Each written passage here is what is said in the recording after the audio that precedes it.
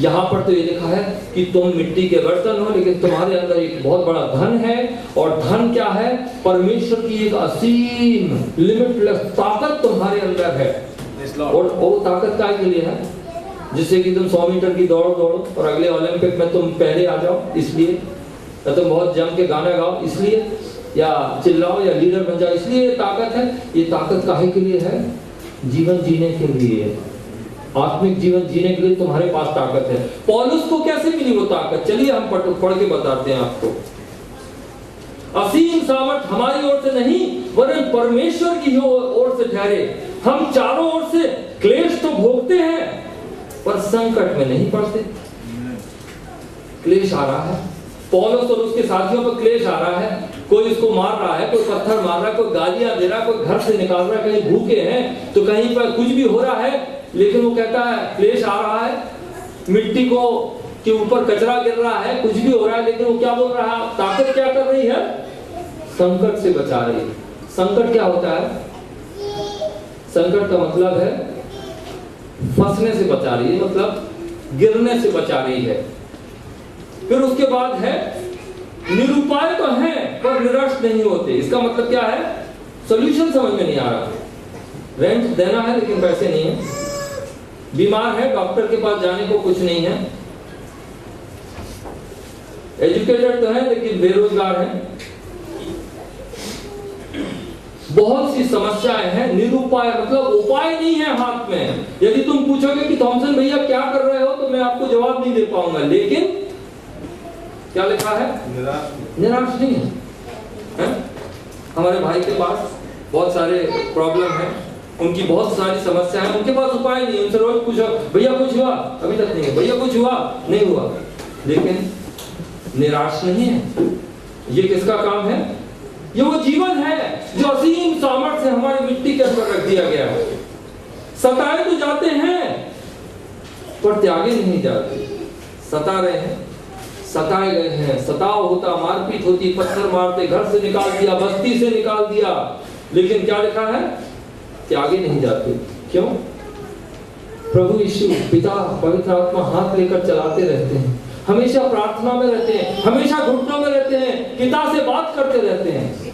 Stephen को लोग पत्थर मार रहे थे, पत्थर मार के उसको खत्म कर रहे थे। याद है प्रेरितों के काम में जब मार रहे थे तो वो क्या कर रहा था?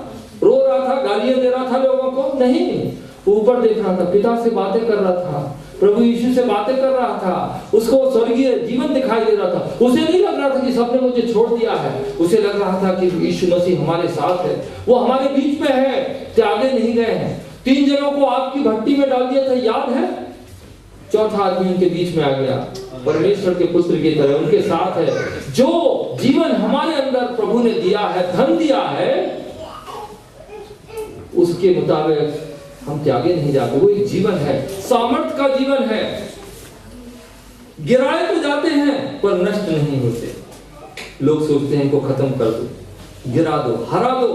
परमेश्वर के खिलाफ बगावत होती है, हमारे खिलाफ बगावत होती है, हमारी जिंदगी के खिलाफ हमारे साथ धोखे धड़ी होती है, सब कुछ होता है। लेकिन ये जीवन कैसा है? नष्ट हो जाता है? नहीं। परमेश्वर का जो धन है, जो जीवन हमारे अंदर, जो पुनरुत्थान का जीवन है, वो नष्ट नहीं होता है, चलता रहता है। हम यीशु की मृत्यु को अपनी देह में हर समय लिए फिरते हैं कि यीशु का जीवन भी हमारे देह में प्रकट हो, क्योंकि वो मृत्यु उठाते हैं तो जीवन दिखाई देता है। शरीर की चिंता नहीं करते हैं, मिट्टी के बर्तन की चिंता नहीं करते हैं। क्या बोलते हैं? मिट्टी है, गिर जाएगी, टूट जाने दो। लेकिन अंदर क्या है? वो जीवन है। इसका मतलब ये है कि हम शरीर से वो यीशु मसीह का जो सेकंड ऑफर है कि जीते जी यदि तुम मुझ पर विश्वास करोगे तो कभी अनंत काल तक नहीं मरोगे। इसका मतलब क्या है कि तुम्हारी मिट्टी के अंदर मैं वो सामर्थ, अपना धन, मोती डाल दूंगा, फिर तुम्हें चिंता नहीं होगी तुम्हारी मिट्टी की। सही है? तुम्हें फिर लगेगा कि अब मुझे यीशु के सिवा, परमेश्वर के सिवा और किसी चीज की जरूरत नहीं है। मुझको यीशु मसीह मिल गए हैं, अब जीना बस अब यीशु मसीह। सही है ना? तो यहाँ पर हम देखते हैं यीशु का जीवन भी हमारे मरणहार शरीर में प्रकट हो। इस प्रकार मृत्यु तो हम पर प्रभाव डालती है और जीवन तुम पर। भाई बहनों, मैंने क्या बताया आपको? 2 ऑफर आज दिखाए हैं, याद रखना हमेशा, भूलना नहीं। शायद अभी तक हम फर्स्ट ऑफर ढूंढते रहे हैं, हमें मालूम नहीं था, मुझे भी नहीं मालूम था कि मैंने देखा कि सेकंड ऑफर है जो बहुमूल्य है, कीमती है, और ये ऑफर प्रभु यीशु मसीह के पास था। प्रभु यीशु मसीह क्रूस पर गए, क्रूस के बाद उन्हें दफना दिया गया, मृत्यु के बाद वो निकल कर आते हैं, कब्र से बाहर आते हैं। और कब्र से बाहर कैसे आती है? ये रेजरेक्टेड पावर कैसी है? ये पुनरुत्थान का जीवन कैसा है? इसके गुण क्या हैं? पहला गुण तो यह है कि इसको कोई चीज रोक नहीं पाती है। प्रभु यीशु मसीह जब जीवित होते हैं, चट्टानें टूट जाती हैं, भूइंडोल हो जाता है, पत्थर हट जाता है, प्रभु यीशु मसीह बाहर सीधे निकल कर आ जाते हैं। वहां पर लिखा हुआ है, पिलातुस की मोहर रखी है, गवर्नर की मोहर लगी है, वो कैसर का और रोम का वहां पे मोहर लगी है। प्रभु यीशु मसीह ने बाहर निकल के देखने की कोशिश नहीं करी। ये क्या लिखा है मेरे बारे में, मुझे अंदर जाना है वापस, क्या उसने कोई फिक्र नहीं की, उसे किसी बात की फिक्र नहीं थी। कौन है बाहर? पहरुए खड़े हैं, उनके पास तलवार है, वो मुझे मार देंगे।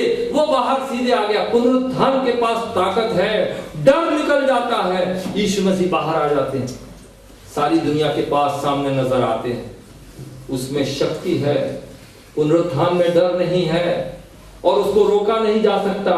कोई दुनिया की ताकत रोक नहीं सकती। आपको कोई हरा सकता है?